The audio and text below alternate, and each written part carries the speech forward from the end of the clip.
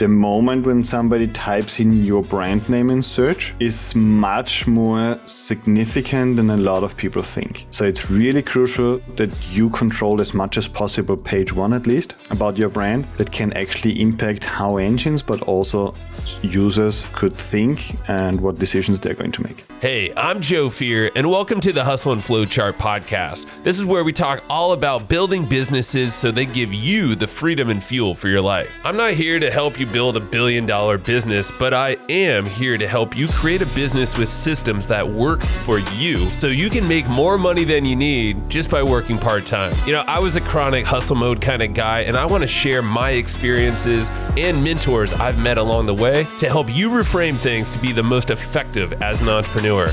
I wish I had this guidance and insight when I was younger, so that's what I'm doing here for you. Please share and enjoy. Hey, welcome back to the second episode of the SEO series I'm doing here, and it's been really incredible to deep dive into this topic, especially with the abundant changes when it comes to SEO and how your website, your content, and your brand is discovered on all the different search engines. I mean, Google's changing, Bing has changed, all these other search engines are changing, and how people are finding you and the information that they're seeking. We want to make sure that you are top of mind and actually visible because there's a lot changing. And that's why I am doing this SEO series. And Gert Mellak is the SEO expert that I'm featuring here. And he heads up his SEO agency that's incredible. I've used him for years as well. They are over at SEOleverage.com. And go hit them up if you like what you're hearing here, and go check out their website, their podcast, go give them a shout. They have so much information on this. What we're going to do is talk specifically about search branding and how you can really increase your online reputation if you do some very simple techniques that Gert is going to explain. So you'll understand what is going down with search branding and how to optimize your online reputation. You're going to understand the importance and how that actually drives traffic and conversions. And it's all about simplifying what you're putting out there. You'll be able to beat out competition. He's telling you some ways to leapfrog so you're showing up on page one instead of these competitors that might be pushing you down. And then there's a bunch of ways to measure your success and make sure you're actually doing it properly. And I'll give you some tools here because this episode is sponsored by Ahrefs. They're giving you a free tool called the Webmaster Tools. And I'll just shout it out here because you definitely want it. It's over at www.ahrefs.com/AWT. You'll dig it. They'll love you. You're going to love this episode. So take some notes, get ready for it, and I'll see you in there. We're back. This is round 2 of the SEO series. Good to have you back, my friend. I'm so excited. Thank you so much for having me again, Joe. Of course, yeah. And this little series, I think it's, like we were talking about, it's so timely. And it's for everyone. I want to reiterate, like, even if you're not an SEO guru or know anything about SEO, watch, pay attention. This is the second of multiple episodes we'll be having in this SEO series. Search engine optimization, if you're unfamiliar. Some people still don't know what it is, and that's okay, because maybe it's a good time to kind of figure things out because things are moving, things are changing. Absolutely. Yeah. And Gert, you're the expert of Hustle and Flowchart when it comes to SEO. So where do we start? And maybe there's like a quick little recap of what we've already talked about, and then we can get into the bigger topic that we have planned today. Yeah, absolutely. So today we definitely want to focus a little bit more about branded searches, online reputation, things like those. We discussed last time how AI is actually impacting search in general, SEO, search engine optimization in particular, how to leverage it really with the day-to-day SEO work, and get a little bit behind how a search engine might actually think about a content, how they might analyze it, which is absolutely going to be the basis of how they understand your content and how they are going to rank it. That's the thing. We need to play by their rules, but there's things that we can control on our side. Yeah, the previous episode really deep dove into that and kind of like where are we at right now with SEO and then leveraging the tech that's out there. I know you provided some tools that folks can go use. So definitely listen to the previous episode. It's all in the show notes for links. Hey, I want to pause this really fast and shout out the sponsor of this SEO series. And best of all, they're giving you a completely free tool that you can use to enhance your SEO and your monitoring. And the sponsor is Ahrefs. These guys are incredible. Been using their tools for years. They've been a sponsor of the podcast years ago, and I know a ton of people who are listening are using Ahrefs. And what's really cool is they have this completely free tool called Ahrefs Webmaster Tools, and they want to give it to you. So you should go get that. So pause this really fast and go to www.ahrefs.com/AWT and go download that free tool, because what this thing will do is it monitors your website's SEO health. It scans for common SEO issues, over 140 of them, and will actually give you ideas about the competitors and where you're showing up in terms of your brand in the search results. So it's exactly what Gert is talking about here, with making sure that your online reputation is tip-top shape. The way that you monitor that stuff is using Ahrefs and their webmaster tools. So go get it for free over at www.ahrefs.com/AWT. All right, back to the episode. Yeah, and branded search, man, it's always been powerful. And there's so many strategies and ways to approach it. So let's start off with understanding, like, what is branded search and why is this important for everyone listening right now? 100%. So one situation we see all the time, and this is really where people are losing thousands of dollars actually, is that they run a lot of budget on paid ads, Facebook ads, YouTube ads, whatever, TikTok now, whatever it is, to raise brand awareness, which is amazing, right? It's so powerful. I'm all for this. We do paid ads on our own as well in a limited form. And what you get is a lot of brand awareness. And a lot of brand awareness ultimately triggers a lot of people to search for your brand on Google, because they see you, they don't trust you right away. They want to check you out. They type in your brand name on Google, and then it's really this search branding you have on Google, as we call it, that's going to decide what they're going to do next. So I always remember this story. We had a reputation project we were working on a while ago, and this was a high-ticket coaching program. This guy spent, I think, 6 figures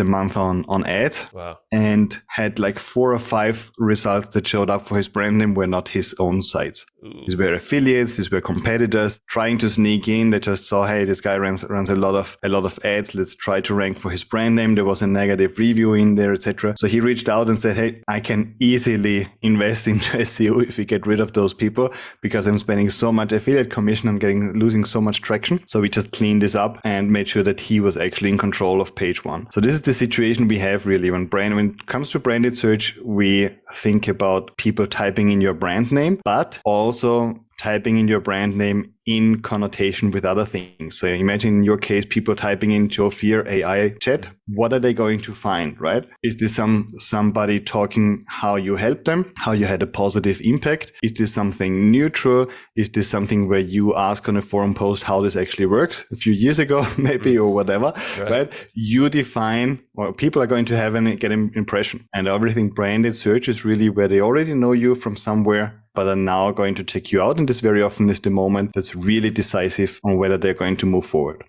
It's so true. And I've seen that as an affiliate marketer. There's a lot of strategies to obviously show up on page 1 for certain brand names or someone's name. I've used it to grow this podcast, is SEO or brand someone else's name alongside mine in Hustle and Flowchart. It's worked really well over the years, and that brings great evergreen traffic, organic referral traffic. And I remember Perry Marshall, like he's been on the podcast a couple times, and he wrote the book on AdWords back in the day. Right. And like the number one thing I remember that stuck out is always at least pay for your own brand, as an ad on Google. So you're showing up there. And, obviously then there's the whole SEO element too. So there's, thinking about how to show up as your own brand. And it could be a negative review. You mentioned that. Like there's a lot of ways to allow yourself to kind of rise to the top and give that first impression. Absolutely. And it's just such a strong intent, right? So it's a very strong intent moment, not something who is searching for this kind of service. What is this about, etc. It's somebody who already pretty much picked a provider or a source where they can buy this from. And now they just want to have some sort of security, right? They might type in your brand name and reviews, type in your brand name and scam, type in your brand name and opinions or experience or something like this, right? Just to see if other people shared a negative experience or if they're good to go. The there are articles out there, especially from affiliates. We see this all the time where they say, hey, read this before you buy from Joe Fier, for example, right? So why wouldn't you click on this? You type in Joe Fier, there's an article, read this before you buy from this guy. Everybody's going to read it. Just that in there, they say, yeah, his program isn't bad, his service isn't bad, but you can get this cheaper elsewhere. So why would you want to have something like this ranking? And this is where search branding, or active search branding, as we call it here very often, actually starts, where we try to dominate what is on page one and really be as much as possible in control. I love it. And that's where there's strategies I'd like to get into on how we can kind of control and optimize those search rankings as best we can. And keeping in mind, it's all about trust. It's about loyalty. And you want to set that first impression ourselves as best as we can. And then leveraging not only Google, but probably maybe social media and some other aspects of some tools we can get into. Yeah. Like, where do we start in terms of optimizing where we're at right now? Like, what are some of the foundational items here? Absolutely. So I think one of the foundational items is that we see Google that needs to be educated, right? They need to be educated. Google is learning as the internet evolves, as the content gets created. Nobody's typing in exactly telling them who Joe Fier is, who Gert Mellak is, and what they do. They learn this based on consistent information. Now, I've got 2 children, and I know exactly that if I tell them today they can stay up until 10 and tomorrow until 9, the third day they don't know how long they can stay up at night, right? We're in Spain here, so they stay up a little bit longer. We want to be consistent, because wherever is consistent information, the search engines are going to accept it as the reality. What happens so often with just think of personal brands, for example. If people have a personal brand, they might have a personal website or blog where they say what they do. Then on their social media, they say lifestyle designer. On their other social media, they say, I love talking about tech. And on another website, there might be some information from a previous company they were on. And this is a little bit unrelated again. So if you're a machine, if you're Google, think about, what do you think about this person? You have no idea what they stand for, because there's contradictory information. The person themselves on the social media doesn't even give consistent information. So how should you actually rank this person well? Who would this person's material be a good result for? Just really hard to figure out. So the initial stages, we ask our clients to be very specific and explicit about what they're doing. And we actually assess for them all the sources the search engine might take into account in order to figure out what they stand for. And this is where we have our frameworks, our internal process to go through those. But if somebody wants to start this, the first step is definitely to be very, very explicit on your website, on your homepage, on your about page about who you are, who you help, and how you help them. That's incredible. And be consistent, it sounds like, across all of the platforms. Absolutely. Is that something where Google and the search engines, I mean, they're crawling all of this stuff. So so it's not only our own websites, but I think the key, and I know I've forgotten this for a while, and especially when we're rebranding or maybe launching something new, maybe it's a good practice to kind of review all of our social links out there, the public profiles we have, and update those across the board. What do you think? Absolutely. You want to really start and see this strategically, which is a little bit hard to do this for yourself, because you have a lot of things going on, right? But the way we try to do it, we really first start with those texts. And so in my agency, we have on Slack a corporate channel where we type in all those standard texts we want to use, so the entire team knows that these are the texts that are going to be used. So whenever we put something out, we go back to those texts, and this is how we define who I am. This is how we define what the agency stands for. This is how do we define who we work with. And this is then going to be just part of our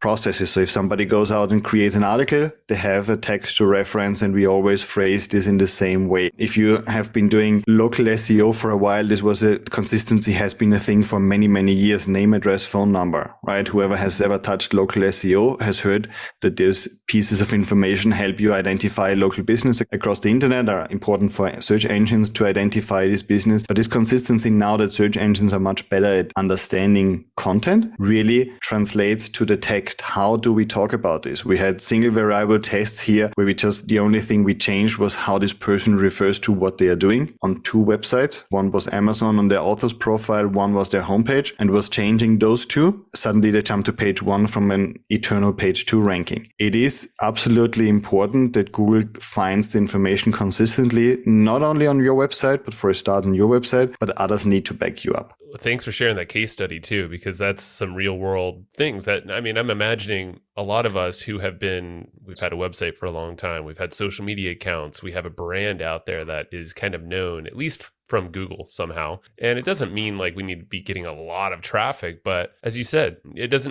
this works for everybody because at that point, if they're searching for your brand name, they're very intent on learning about you. It makes sense to kind of come up with a standardized doc or whatever it might be. Maybe it's in Slack, like you said, share it with your team where everyone is speaking consistently, or maybe even like looking out and spotting, hey, that's inconsistent from how we're defining ourselves and who we're helping. Exactly. The earlier you get this into your process, the better it's going to be implemented. An ideal scenario, Google would very quickly see all kinds of sources they took into account be updated. It doesn't work that way. Everything takes its time. But the faster you can really update all those sources around you, the faster the search engine is going to notice, hey, there's something important happening here. Let's reassess what we know about this so-called entity we already know. That's called Joe Fier. This Joe Fier is now doing something else. When it comes to content that we've created in the past, or maybe even pages, is there a process, or how would you suggest to go back and possibly update or optimize some of the existing content we have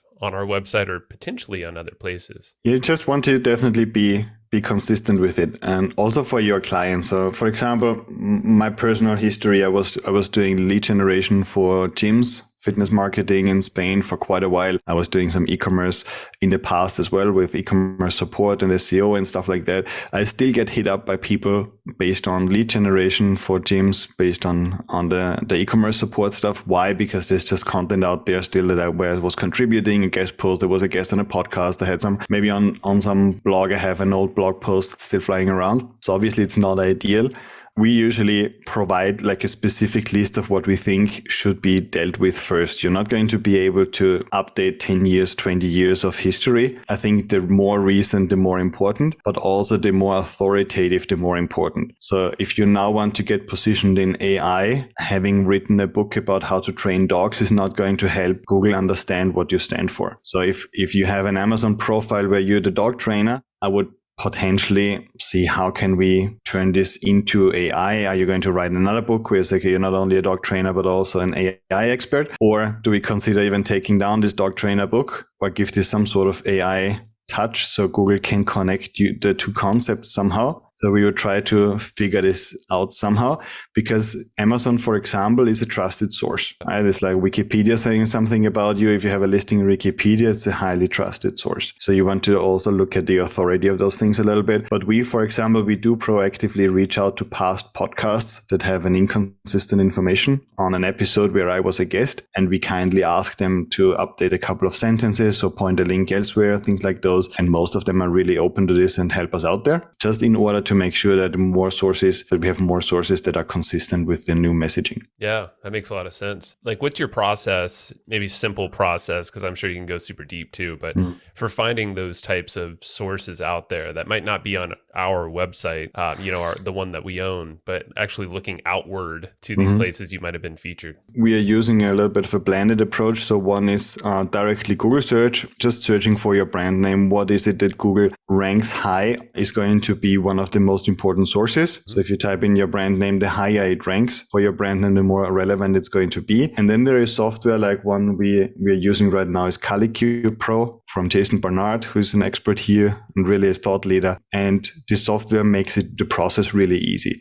So they just help you really go through those sources. It's still really a tedious process because you need to go one by one and evaluate the source. Is there something we can do? How can we do this? How can we claim this listing? How can we edit the content, etc.? This is where my team is really helpful here. But at least you have like a little bit of a focused list. And those tools then really also help you to track. So what is this page one look like right now? Do you have a knowledge panel on the site? This is something that's also important. The more Google knows about a brand or a person, the more likely Google is to trigger what's called a knowledge panel. And this is the box on the side of the search results that shows usually mostly for authors or big brands, important people with some details. So you type in Barack Obama, there is a box showing. But this also works very often with authors. So you type in Gert Mellak. There is a box showing it's a little bit smaller. We're working on this, but it's still a box. It just still shows that I'm an author. I have published a book. It might show the podcast. It might show SEO Leverage, my agency somewhere, my social media profiles. And this just shows us that Google has me in what they call the knowledge graph, which is pretty much their brain connecting different concepts. So they connect me to my social media. They connect me to my book. They connect me to my podcast maybe. And then this knowledge panel can be triggered. So the knowledge panel is essentially doesn't only look good and gives you a professional image, an impression when somebody searches for you, but it also is the ultimate confirmation that Google knows enough about you to think they know certain true facts. And this is what they present there then. That almost seems like the pinnacle, right? Like is to get a knowledge panel from Google, because that's like their stamp of approval. It's like the verified, okay, Gert Mellak,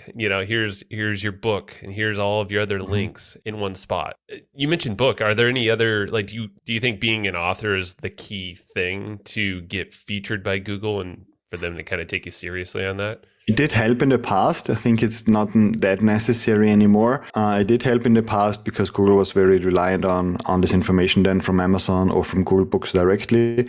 Right now, I think it's not that important anymore, but it is in the knowledge panel definitely shows that Google has enough consistent information. Okay. So this is where it's okay, we are doing something right. And it always goes really back to the main site that has all the information from you. So this could be the homepage on a personal brand, an about page on a company page, for example. This is where the entire information should be. And there needs to be a cross-referencing between your site and those sources that confirm your messaging, right? If you just link out and nobody links back or the other way around, Google has a very hard time figuring this out. But if there is a back and forth validation between the sources, so I say something about you, you say something about me, or I say something about my service, you say the same thing about my service, and we link to each other. This is then a loop that Google can understand and say, hey, both parties agree this is the truth. So let's connect this dot. And if this happens a lot of times, then actually the knowledge panel can be triggered and Google can actually learn. And that's, it sounds simply start with your own about page and homepage and then connect those to the social of these other trusted sites in Google's eyes. And then from there,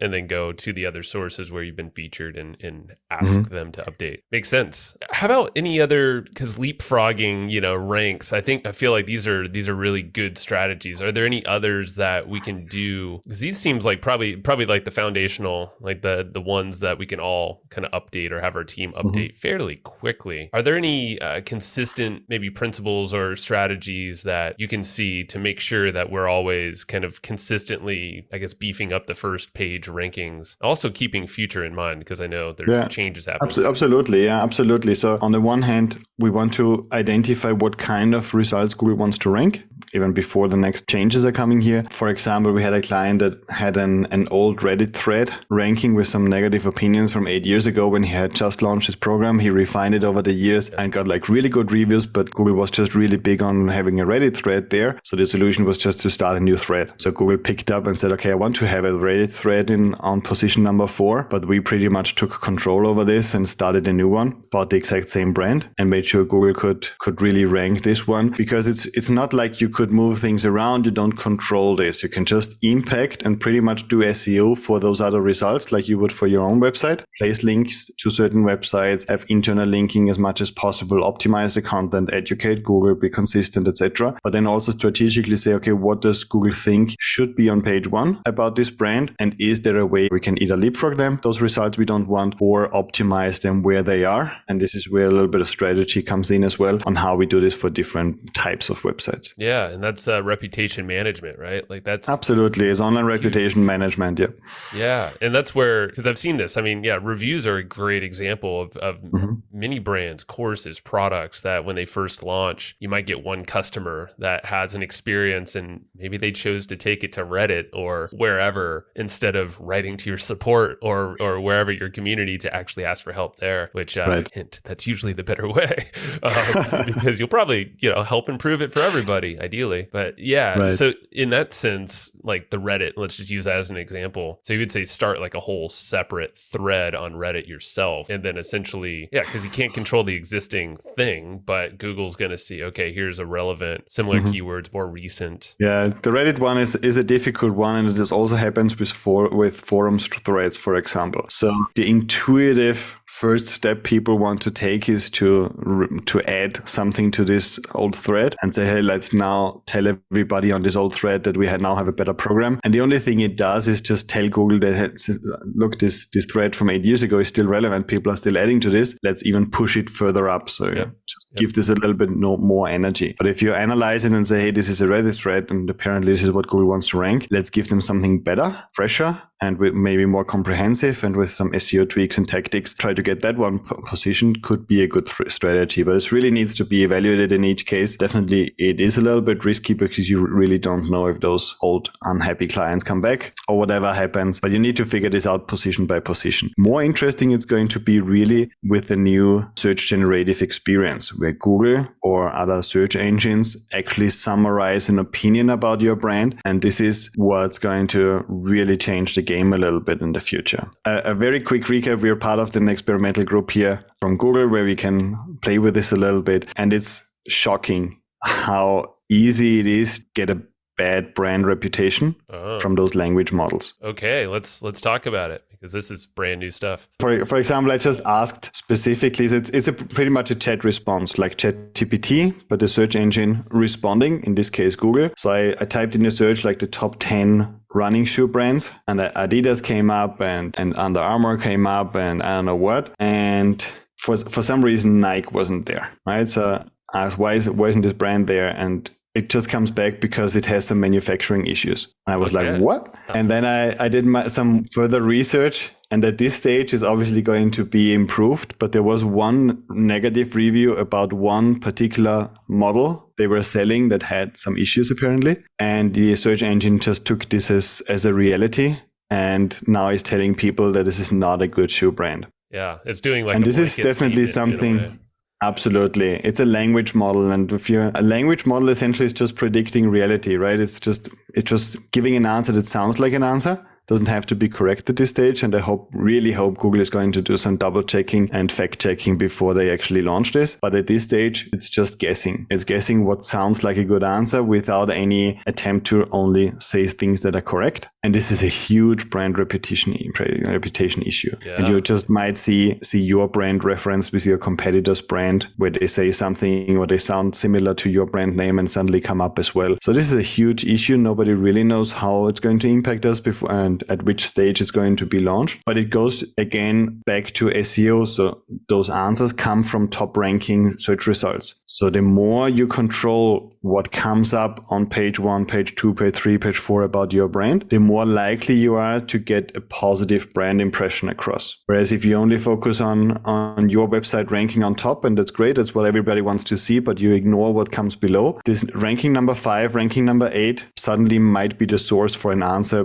for a client who's inquiring about your brand. Yeah, that's more important than ever, it seems like. And I know with any large language model like Google, I'm sure as well, it's going to improve with more of the usage of that bot, the chat interface. But at the same time, what we can do is, start looking at page 1. And would you say, and maybe this is a dumb question, but incognito window, like something that isn't you logged in under your normal browser, just to kind of keep a look at page 1, 2, 3, 4. I know Ahrefs is a tool that I've used for a long time. And yes, they are sponsoring this series, so thank you. but it's legitimately like, I know that can kind of track your rankings a little bit. Right. Any other ways that you would suggest to kind of... Yeah, Ahrefs definitely also one of my preferred versions here. We have definitely incognito window, then depending on the location you might be using different IP addresses. So we very often change our IP address or the geographic location. There are some Chrome plugins that allow you to simulate that you're based in New York or in Sydney or wherever to get a localized version of the search results. There are settings in search as well that you can take to tell Google they should pretend you're somewhere else. You definitely want to make sure you're logged out. It's just really making sure that you're not logged in. So Google is not personalizing the search experience,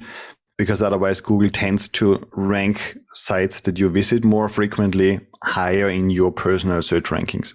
Right. Yeah, exactly. So those are good steps to avoid that and see the true results. And I like the idea of bouncing around different locations. That's one I don't think about often, but you're totally right. Like there's different search results for wherever. I'm sure that's why it's good to understand who is searching for you and what countries are they looking you up. Exactly. And also the knowledge panel and Google's understanding about your brand is going to depend on the location and is going to depend on the language. So for example, there's some information in Spanish about me out there that is not consistent with what's in English out there. So in Spain, it doesn't show my English podcast, for example, or things like those. So Google does adjust. So if you have different markets like we are in the States and in Canada and Sydney and UK, etc., it's a good idea really to track the search results and the knowledge panel across these different locations, just to have an idea. Even if you have a knowledge panel and you have a good search branding in one country, it might be completely different in another one. There might be someone else with your exact name or a very similar brand name ranking there with a completely different information. Mm-hmm. Yeah, I know like Matt Wolf used to be the co-host, and he has another Matt Wolf out there. He's still battling. I think he plays golf in the PGA or something. So I'm like, it's a difficult one. That's a tricky one. Yeah, luckily, my name's not too common. My dad had the same name, but he didn't care about the online stuff. So I wish you there. So social media, we talked about other platforms, of how that influences Google's look at us, because the idea, again, is to appease the Google gods and maybe Bing as well. I'm sure, searching on other search engines are probably helpful to understand where you're ranking there as well. Are there any other common mistakes that you would think that we should know about that could be resolved fairly quickly, at this stage of understanding? I think one common mistake is definitely that we're too fancy describing what we do. So I can describe what I do in a paragraph, or I can describe what I do in one short sentence. Just imagine the engine processing your content is an 8 or 10-year-old kind of thing. So this just forces you to really talk in simple terms, at least initially in the openings and when you start, to make it a little bit easier. And then the second thing, I think it's not so much a mistake, but a lost potential, is the usage of structured data, schema code on websites, which is just a standardized code that machines can read and automatically, not only from the text, but specifically from the schema code, extract the information they're looking for. So imagine you have an article about a book. There is code that you can put into this article that's only going to be read by machines that give them specific details about this book. And this makes it easier for them to recognize this. There is schema code that tells engines that there are different ways to write your brand in capital letters, with a space, without a space, and things like those. And you are the same as the Joe Fier, written as one word with a .com or whatever it is behind it, right? So you really can give additional information. And I think this is probably one of the most underleveraged aspects or features that we have right now available in SEO and specifically in search branding, because it's like talking the search engine's language, technical language, and not only relying on them analyzing, being able to understand our text. One big misunderstanding is that Google and other engines can just figure things out based on what they see on the page. And that's by far not true. They still have issues if there are no synonyms there. They still have issues with longer phrases. They still have issues based on the semantics of the content. So it's been getting really technical for a while in SEO, but now even more, and specifically when it comes to search branding. That makes sense with the schemas, is give them what they need to get your information as quickly, and obviously simplify that.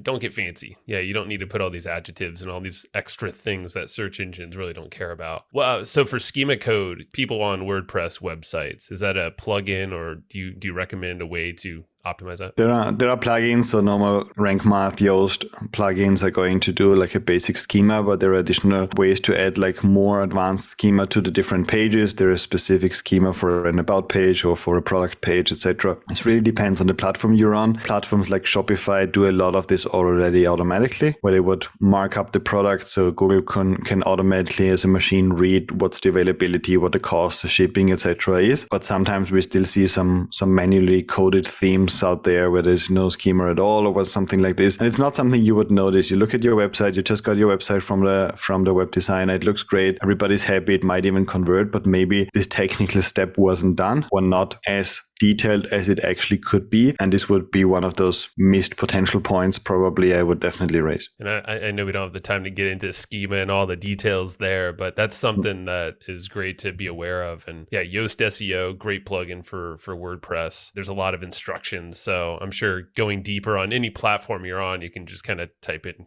schema code or figure out how to optimize that for your platform. But yeah, absolutely. Good call on the themes, because you never know. Each one's built you differently. never know. Yeah.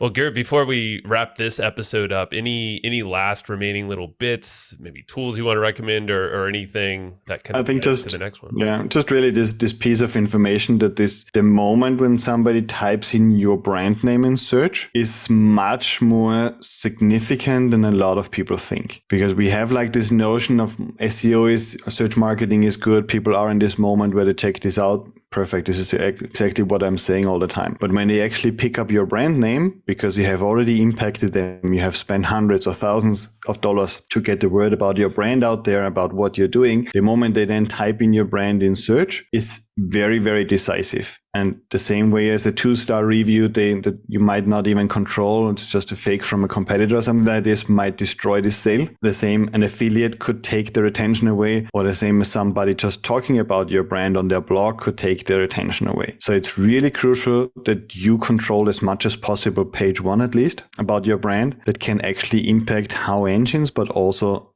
users could think and what decisions they're going to make. Yeah, and it comes back down to trust, right? And that first impression, if we can control 100%.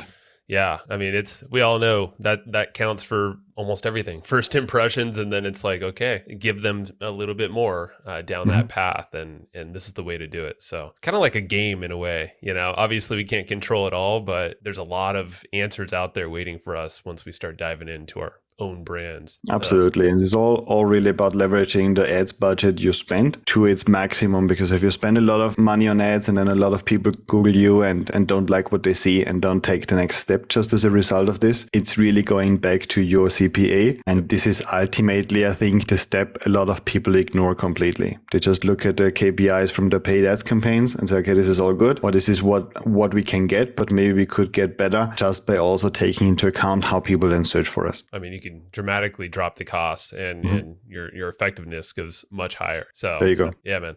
All right, Gert, I appreciate you. And I don't know the exact topic for the next series quite yet, but you know what? We got a whole bunch of different topics that are, definitely, they're all timely, they're all relevant, and they're made for everybody. That's the goal of this SEO series here. So Gert, remind folks where they can go find you and some of the cool stuff you're up to, and then also your podcast, because you deep dive on all these topics all the time. Absolutely, yeah. So if everybody wants to have more information, SEOleverage.com would be great. The podcast is there, information is there about the search branding as well. And I'm personally getting on a call with everybody, checking out what the situation is. So if anybody wants to hit us up there, definitely let us know you have heard this here. Awesome. Yeah, SEOleverage.com, Gert and his team. I mean, very thorough. They've worked with me and Matt for over the years, and also with the transition of going to this new site, hustleandflowchart.com, which, Gert, already I'm seeing organic search and traffic coming already. I love it. So it worked. So thank you. Awesome. Happy to hear it. All right, guys. Well, thank you for listening, and we'll catch you in the next one. Thank you so much.